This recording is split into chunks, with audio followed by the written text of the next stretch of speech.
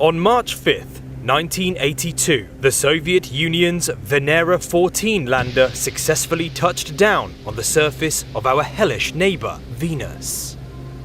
In total, it worked for just 57 minutes before succumbing to the harsh environment. But in that short time, it managed to capture a colour panoramic photo of its scorched surroundings. More than 4 decades later, and this photo is still one of the best we have from the surface of Venus. Venera was a series of space probes launched by the Soviet Union in the 1960s, 70s, and 80s on a mission to study the planet's bizarre environment.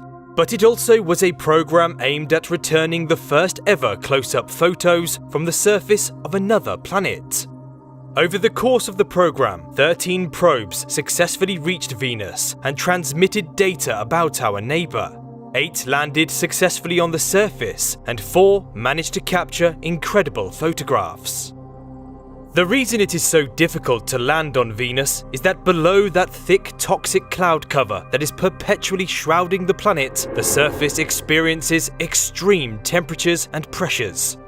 In fact, Venus is the hottest planet in the solar system, even though Mercury is closer to the Sun. Here the temperatures reach about 475 degrees Celsius, which is about 900 degrees Fahrenheit. To put that into some kind of perspective, that's more than 7 times hotter than the highest ever recorded air temperature on Earth, hot enough to melt lead.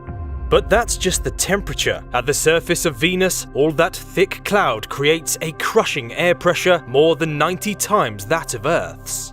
Here the atmosphere would be similar to the pressures found more than 914 meters or 3,000 feet below the ocean. Along with the extreme heat, this environment would easily destroy most spacecraft attempting to explore Venus's horrifying landscape. However, the Venera landers were designed to withstand these intense conditions for just about long enough to collect data and send us the first ever glimpse of the Venusian surface. But how exactly do you take a photograph in such a hellish environment? What was clear, based on previous data, is that if the camera were placed outside of the protective shell, then the enormous pressure and temperature would destroy it. Therefore, engineers placed a telephoto meter inside the lander. Through a special porthole, light from the surface bounced through a periscope, which then directed it to the camera that was protected inside. Venera 9, which launched on June 8, 1975, was the first mission to attempt to take photos of the Venusian surface using this technology. Though the probe successfully landed, unfortunately, only one of the lens caps of the 2 cameras separated. What was planned as a 360-degree panoramic photo around the lander became a 180-degree photograph. But we did get our first ever look at this scorched landscape. The white object at the bottom of the photo is part of the lander, and the distortion is caused by the old Venera imaging system. Angular and partly weathered rocks can be seen dominating the landscape, many partly buried in soil, and the mysterious horizon is visible in the upper left and right corners. Following Venera 9's footsteps, Venera 10 reached the surface on October 25, 1975. Again, unfortunately, only one of the lens caps separated properly, returning a 180-degree panoramic photo before going silent after about 65 minutes or so. The lighting was similar to that on Earth on an overcast summer day during the photograph, according to scientists. The objects at the bottom are parts of the spacecraft, and the ground seems to be covered in flat slabs of rock, similar to volcanic areas found here on Earth. In December 1978, Venera 11 and Venera 12 landed on Venus, collecting even more data for over an hour, but also attempting to capture the first ever colour images.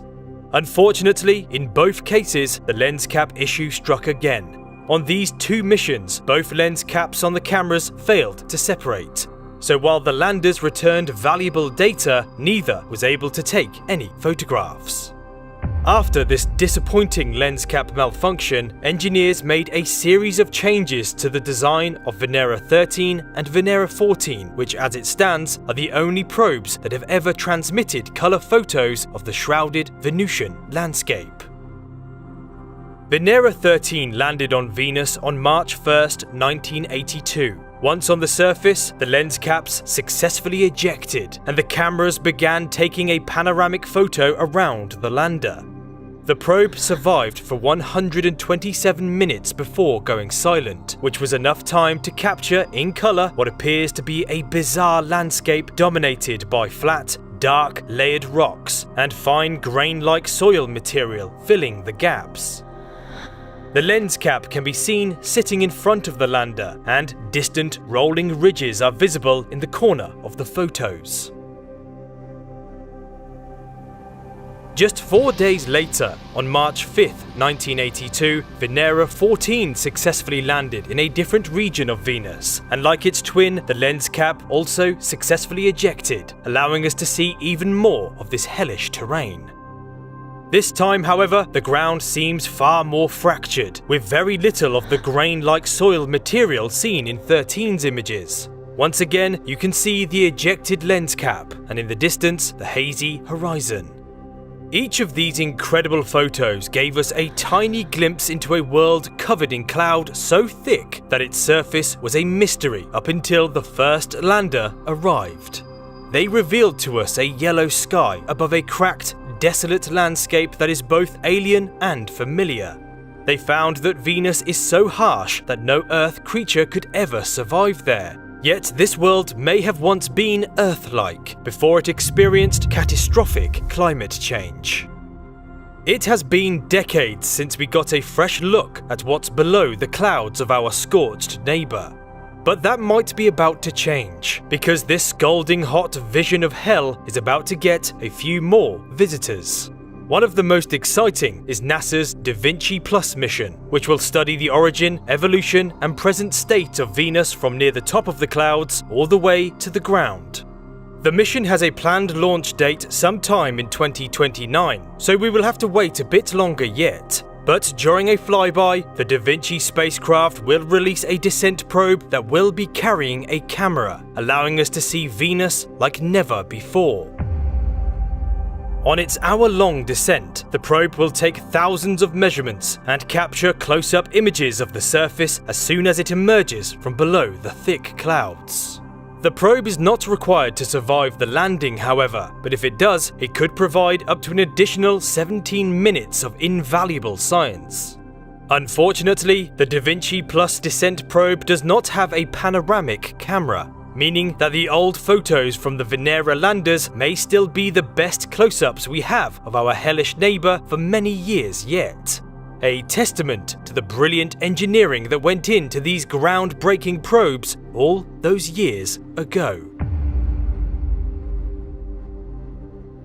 I hope you enjoyed this video. If you did, tap the like button, subscribe, and turn on your notification bell so that you never miss an upload. If you want to find out more about future missions to Venus, then check out this video where I take a closer look at the Da Vinci Plus mission plus other exciting up-and-coming missions to Venus. Thank you all so much for watching, and I'll see you all next time.